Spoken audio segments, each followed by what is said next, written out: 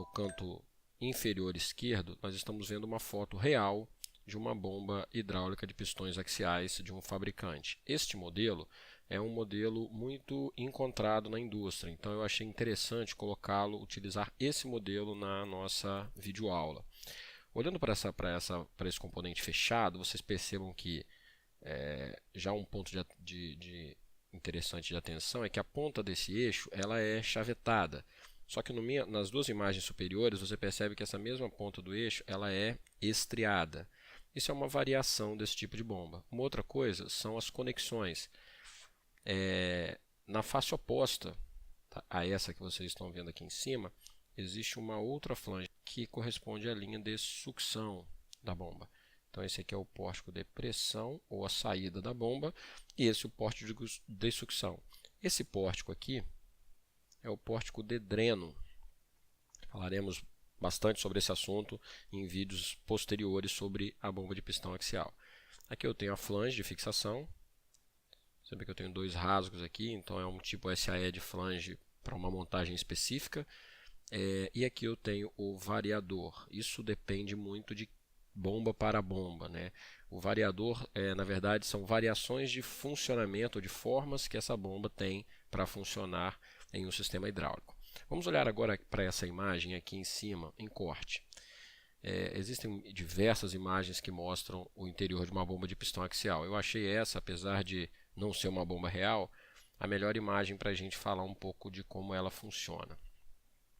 Então, demonstrado em verde, e ele deveria ter colocado isso, na minha opinião, em azul, você tem aqui a linha de sucção. Ou seja, esse óleo aqui está vindo do reservatório. Em vermelho, corretamente, então nós vamos escrever de preto em cima, nós temos a linha de pressão. Ok?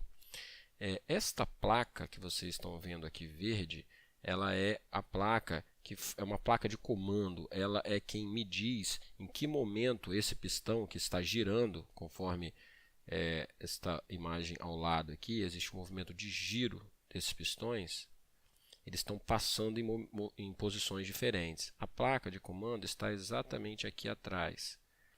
Se olhássemos ela numa vista superior, ela tem mais ou menos esse aspecto para um tipo de fabricante, certo? Porque você tem variações dessa bomba.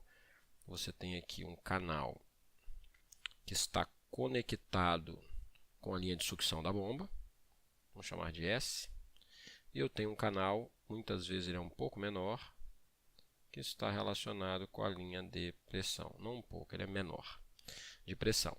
O que significa isso? Quando eu giro esse pistão, ora, vamos chamar esse pistão aqui de Robson, ora o pistão Robson está passando por uma câmara de sucção, por alguma das entradas de sucção, né, ele está em algum desses lugares aqui, ó. Ora ele estará passando pelo rasgo da placa de comando referente aos estágios de pressão. Normalmente os de sucção é quando o pistão está mais aberto, né? Eu estou succionando aqui e quando eu estou nesse momento, suponhamos que esse seja o pistão Robson, ele está dando um giro e agora ele está nesse ponto. Como a placa está inclinada, ou seja, ele vai ter que fechar, ele não vai ter esse volume todo aqui disponível para acomodar o óleo que ele succionou, esse óleo precisa ir para algum lugar. Nesse momento ele faz o movimento para fora da bomba, alimentando a conexão de pressão. Que mais elementos a gente tem aqui? Ele demonstrou aqui o dreno.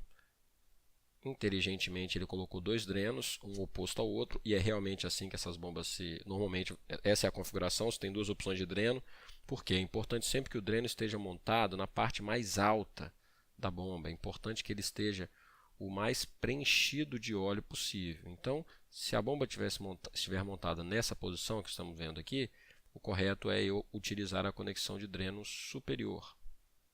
Ok? Por aqui eu vou drenar meu óleo para o reservatório. Se eu tivesse ao contrário, né, se eu virasse essa bomba a 180 graus, eu utilizaria esse aqui que nós vamos chamar de L2. Vamos chamar esse de L1 e aquele de baixo de L2. Além disso, o que eu tenho aqui? Eu tenho a mola do pistão que me garante a abertura máxima da bomba. Percebam, eu vou ter que apagar uma parte do meu desenho aqui, do que eu rabisquei, que vai nos ajudar a visualizar melhor. Esse é um detalhe importante sobre essas bombas. Percebam que existe um ângulo desse prato com relação à normal do eixo, ok?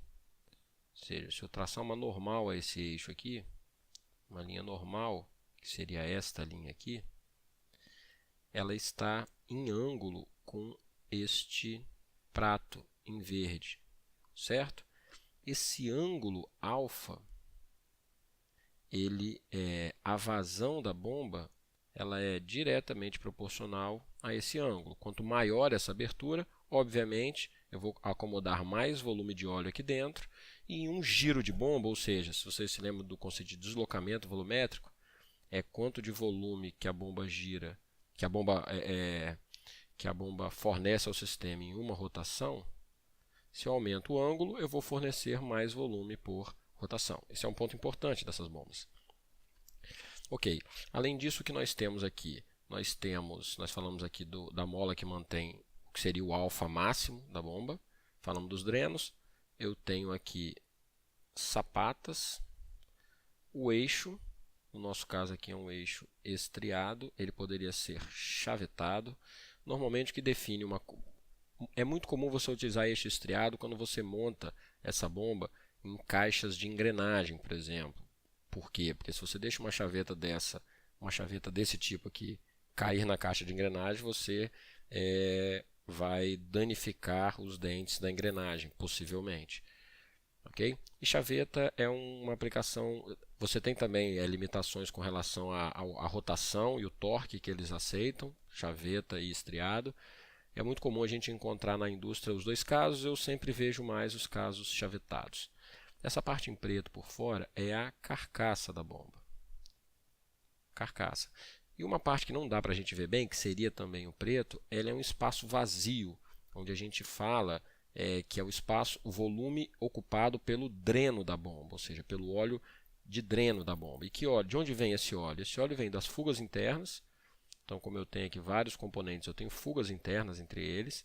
Essas fugas elas não podem ultrapassar determinados valores, porque senão eu tenho perda de rendimento. Se vocês olharem para esse pistão aqui, ó, você vê que a cabeça dele é esférica e eu tenho uma sapata de bronze por fora. Existe uma folga entre esses dois componentes, até porque existe um movimento, né? Se eu desenhar aqui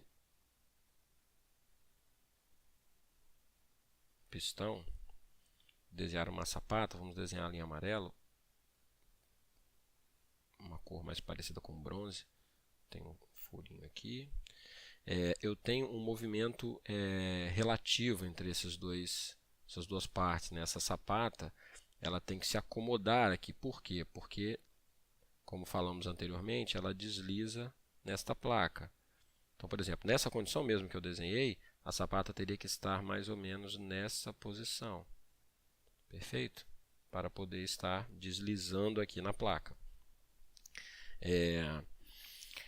Bom, de forma resumida, esse é o funcionamento dessas bombas. A gente vai falar um pouco mais dela, de outras características dela mais para frente.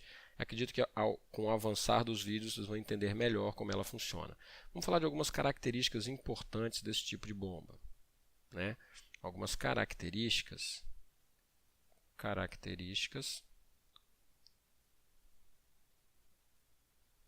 das bombas de pistões axiais. Uma delas é que ela possui um bom comportamento de sucção, principalmente quando comparada a outros princípios construtivos de bomba de pistões axiais. E por que isso? Porque o elemento responsável pela sucção, que não aparece aqui bem, é que essa placa aqui, é mais ou menos isso, né? É porque eu succiono por ela. Como eu tenho apenas que bascular o prato para fazer a sucção, ele é uma peça de peso, né? De tamanho e peso relativamente pequeno. Imagina que fosse o contrário, eu tivesse que deslocar todo esse conjunto, ele que eu angulasse ao invés do prato. O prato fosse fixo e eu angulasse esse bloco aqui. A inércia para movimentar o bloco é muito maior, obviamente, do que para movimentar um prato. Isso garante à bomba um bom comportamento de sucção. Uma outra característica importante, talvez a primeira delas, é que elas trabalham com uma pressão contínua máxima de 280 bar. São bombas de baixo ruído, isso é muito importante na hora de você definir na aplicação, né? Dependendo de onde você vai aplicar, ela é uma bomba bastante interessante. Ela tem algumas variações de forma de funcionamento em função dos variadores.